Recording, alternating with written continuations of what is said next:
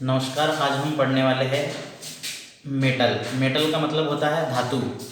तो इंडस्ट्रीज में, mechanical work में ये धातु कहाँ कहाँ पर यूज़ होता है और इसकी प्रॉपर्टीज़ क्या होती है और इसका प्रयोग हम लोग आज पढ़ने वाले हैं।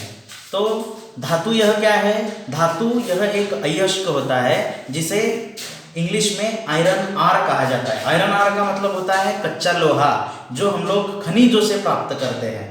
तो कच्चा लोहा खनिज से प्राप्त होने के बाद, खानों से प्राप्त होने के बाद जब हम लोग उसको निकालते हैं, खानों से निकालते हैं, तब उसका डायरेक्टली कोई भी कार्य के लिए हम लोग यूज नहीं कर सकते। तो इसीलिए उसका शुद्धिकरण, प्योरिफिकेशन प्रोसेस जरूरी होती है, तब वो मेटल किसी प्रयोग के योग्य होगा। तो इसके लिए मेटल की प्रॉपर्टीज में या उसके गुणधर्म में बदलना जरूरी है। तो उसमें जब तक हम उसके गुणधर्म में बदलाव नहीं लाएंगे, तब तक वो किसी भी कार्य के उपयोग के हेतु उपयोग में नहीं लाया जा सकेगा। तो इसके लिए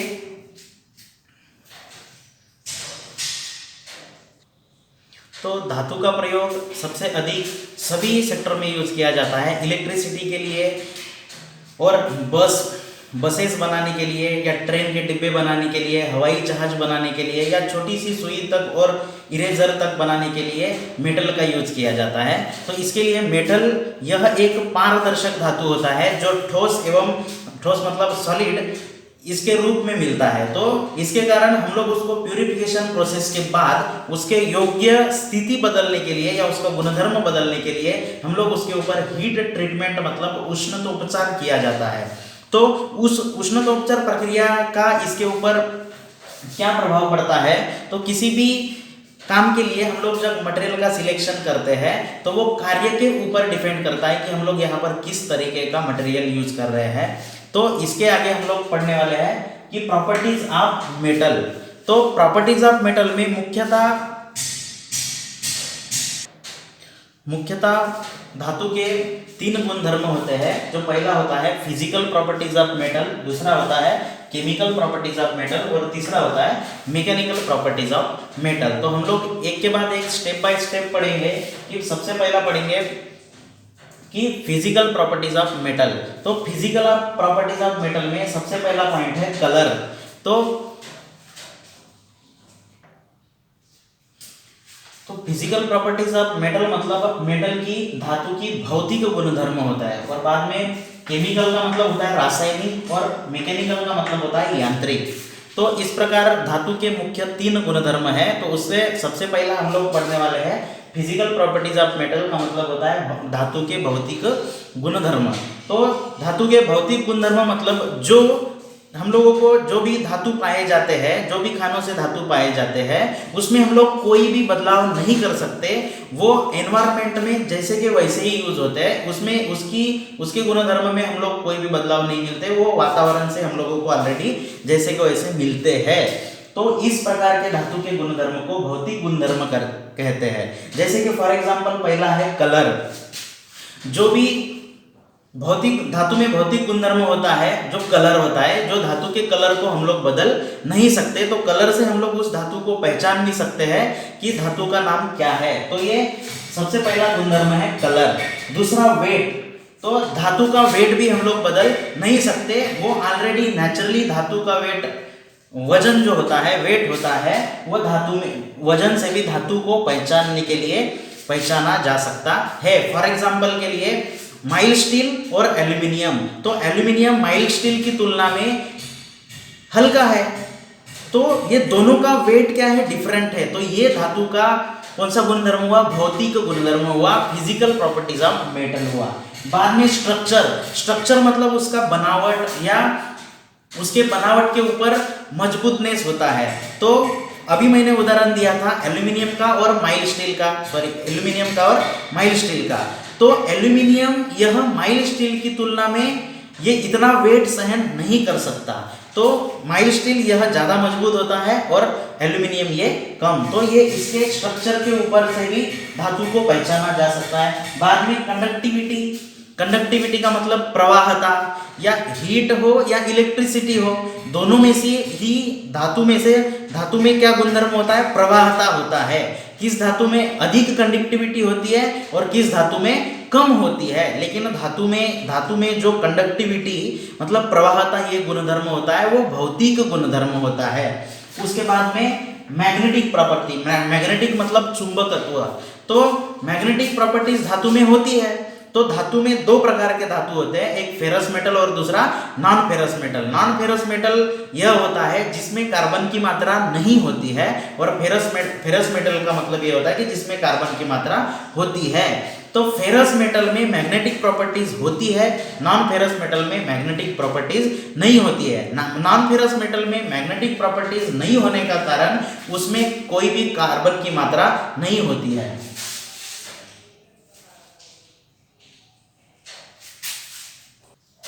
उसके बाद भौतिक गुणधर्म में सबसे लास्ट नंबर की जो गुणधर्म है वो है फ्यूजिबिलिटी। फ्यूजिबिलिटी का मतलब होता है गलनीयता।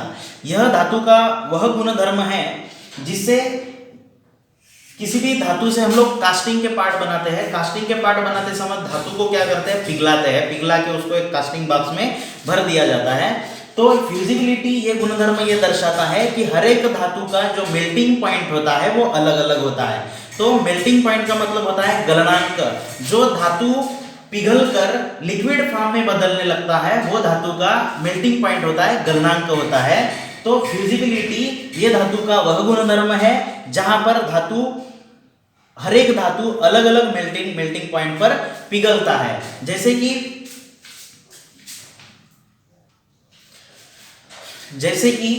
टीन 230 अंश सेल्सियस पे पिघलता है, मतलब टीन का मेल्टिंग पॉइंट कितना हुआ 230। और कापर का 1080, मतलब कापर धातु को पिघलाने के लिए 1080 टेम्परेचर तक उसको गर्म करना पड़ता है।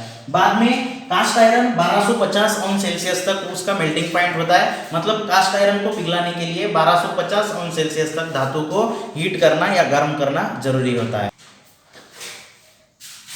धातु की फिजिकल प्रॉपर्टीज के बाद नेक्स्ट नंबर की प्रॉपर्टीज है chemical properties of metal. Chemical properties of metal मतलब धातु का रासायनिक गुणधर्म होता है। रासायनिक गुणधर्म में सिर्फ एक उदाहरण है कि फॉर एग्जांपल मैग्नीशियम की शीट है। मैग्नीशियम यह एक धातु है, तो मैग्नीशियम की शीट को जलाने के बाद उसको फिर से उसकी अवस्था में वापस नहीं लाया जा सकता। यह एक केमिकल प्रॉपर्टीज ऑफ मेटल का उदाहरण है। तो केमिकल प्रॉपर्टीज का मतलब यह है, फॉर एग्जांपल एक कागज का टुकड़ा अगर आप लोग उसको जलाते हैं तो जलाने के बाद फिर से उसको कागज नहीं बनाया जा सकता। यह एक धातु का केमिकल प्रॉपर्टीज मतलब रासायनिक गुणधर्म होता है। फॉर एग्जांपल कोई भी मैकेनिकल प्रॉपर्टीज में क्या कर सकते हैं हम लोग, धातु को पिघला के फिर से उस धातु को उसकी पूर्व अवस्था में वापस ला सकते हैं, लेकिन केमिकल प्रॉपर्टीज में उसको फिर से वापस नहीं ला सकते। तो धातु की केमिकल प्रॉपर्टीज मतलब रासायनिक गुणधर्म यही है कि उसको एक बार दूसरी अवस्था में बदलने के बाद उसको फिर से उसकी पूर्व अवस्था में वापस नहीं लाया जा सकता। यह धातु की रासायनिक गुणधर्म होता है। तो धातु की भौतिक और रासायनिक गुणधर्म के बाद हम लोग एक लास्ट गुणधर्म पढ़ने वाले हैं जिसका नाम है मैकेनिकल प्रॉपर्टीज ऑफ मेटल मतलब धातु के यांत्रिक गुणधर्म। तो धातु के यांत्रिक गुणधर्म में सबसे पहला है प्लास्टिसिटी। तो प्लास्टिसिटी यह धातु का क्या गुणधर्म होता है, सबसे पहले यह समझ लो कि मैकेनिकल प्रॉपर्टीज मतलब उस धातु में हम लोग अपनी आवश्यकता के अनुसार कोई भी बदलाव ला सकते हैं। मतलब धातु के आंतरिक गुणधर्म, उसका स्ट्रक्चर, उसकी बनावट हम लोग हमारे तरीके से हम लोगों को जैसा चाहिए वैसा उसको बना सकते हैं। तो इसके लिए हम लोगों को हीट ट्रीटमेंट मतलब उष्णतोपचार प्रक्रिया की आवश्यकता होती है। तो हीट ट्रीटमेंट मतलब क्या है कि हीट ट्रीटमेंट की डेफिनेशन है कि किसी भी धातु को विशिष्ट तापमान तक गर्म करके उसको विशिष्ट दर से ठंडा करने की प्रक्रिया को हीट ट्रीटमेंट मतलब उष्णतोपचार कहा जाता है। तो हम लोग जो भी मैकेनिकल प्रॉपर्टीज है धातु के, इसके मैकेनिकल प्रॉपर्टीज कन्वर्ट करने के लिए उष्णतोपचार यह एक ऑपरेशंस का प्रयोग करेंगे। तो इसके लिए सबसे पहले आप लोग समझ लो कि धातु की मैकेनिकल प्रॉपर्टीज क्या होती है, यांत्रिक गुणधर्म क्या होता है। तो सबसे पहला प्लास्टिसिटी है। तो प्लास्टिसिटी का मतलब क्या है, प्लास्टिसिटी में दो वर्ड महत्वपूर्ण है, हीट एवं प्रेशर। तो प्लास्टिसिटी धातु का यह गुणधर्म है, तो धातु को हीट करके, प्रेशर मतलब दबाव, तो धातु को हीट करके प्रेशर से उसको कोई भी आकार प्रदान कर सकते हैं। धातु की यह प्लास्टिसिटी एक मैकेनिकल या यांत्रिक गुणधर्म होता है। तो नंबर नेक्स्ट इलास्टिसिटी। तो इलास्टिसिटी का मतलब होता है